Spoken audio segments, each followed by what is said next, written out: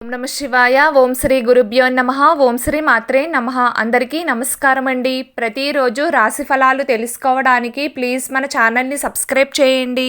అలాగే వీడియోని తప్పకుండా లైక్ చేసి మన ఛానల్కి మీ వంతు సపోర్ట్ ఇవ్వండి.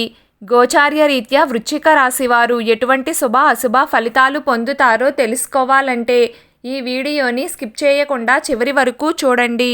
వృశ్చిక రాశికి చెందినవారు ఈ రోజున వారి ప్రేమ జీవితాన్ని మెరుగుపరుచుకోవడం కోసం దృష్టి పెట్టాలి మరియు మీరు అందులో విజయం సాధిస్తారు. ప్రేమ జీవితం గొప్పగా ఉంటుంది. ప్రేమికుల పూర్తి మద్దతు లభిస్తుంది. వివాహితులు తమ గృహ జీవితంలో ఆనందాన్ని అనుభవిస్తారు. జీవిత భాగస్వామి కొంత కోపాన్ని ప్రదర్శిస్తారు, కానీ మీకు పూర్తిగా మద్దతు ఇస్తారు.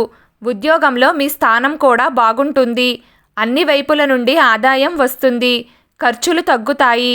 ఆరోగ్యంలో ఒడిదుడుకులు ఎదురయ్యే అవకాశం ఉంది, కాబట్టి ఆహారంపై పూర్తి శ్రద్ధ వహించండి. విద్యార్థులకు చదువులో ఎంత కష్టపడితే అంత ప్రతిఫలం లభిస్తుంది. వృశ్చిక రాశి వారికి ఈరోజు కొన్ని సవాళ్లు ఎదుర్కోవలసి ఉంటుంది. వాటిని అధిగమించడానికి వారు అదనపు కృషి చేయవలసి ఉంటుంది. రేపు మీ ఇంట్లో ఎవరైనా వృద్ధులు ఉంటే వారి కోసం హాస్పిటల్కి వెళ్ళవలసి ఉంటుంది. భూమి మరియు భవనానికి సంబంధించిన వివాదాలు ఉద్భవించవచ్చు. వివాదాలను కోర్టుకు తీసుకువెళ్లే బదులు పరస్పర అంగీకారంతో పరిష్కరించుకోవడం మంచిది. ఉద్యోగస్తులపై అదనపు పనిభారం ఉండవచ్చు. దీని కారణంగా మీ బిజినెస్ పెరుగుతుంది మరియు ముందుగా చేసిన ప్రణాళికలు చెడిపోవచ్చు. పిల్లలకు సంబంధించిన ఏదైనా ఆందోళన మీకు మానసిక ఒత్తిడిని కలిగిస్తుంది.